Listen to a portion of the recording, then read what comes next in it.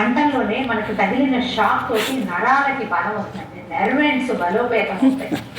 దానివల్ల మనకి సడన్గా వచ్చే సమస్యలు రాకుండా అందుకని ఆరోగ్యమాసమైన ఈ 30 రోజుల్ని మీరందరూ చక్కగా సుసంపన్నం చేసుకున్నారని భావిస్తున్నాను. మీరు అందరూ ఈ వ్రతాన్ని సుసంపన్నం చేసుకోవడానికి భాగస్వాములైన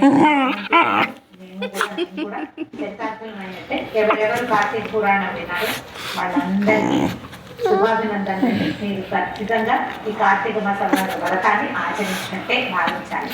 అయితే మనం పురాణంలోకి వెళ్తాము.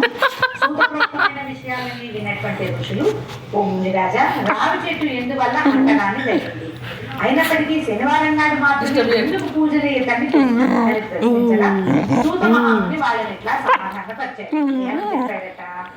పూర్వము క్షీరసాగర అనేకానేక భూములలో లక్ష్మిని కౌతుకాన్ని అయితే శ్రీహరి శ్రీదేవి వివాహం చేసుకోదలిచారు. కానీ శ్రీదేవి నారాయణ నాకంటే ముందు జన్మించింది, ఆ జ్యేష్ఠకు నేను కళ్యాణం ఆడడం పాడిగారు కనుక ముందు ఆమెకు మనుపై సంకల్పించమని కోరింది. ధర్మబద్ధ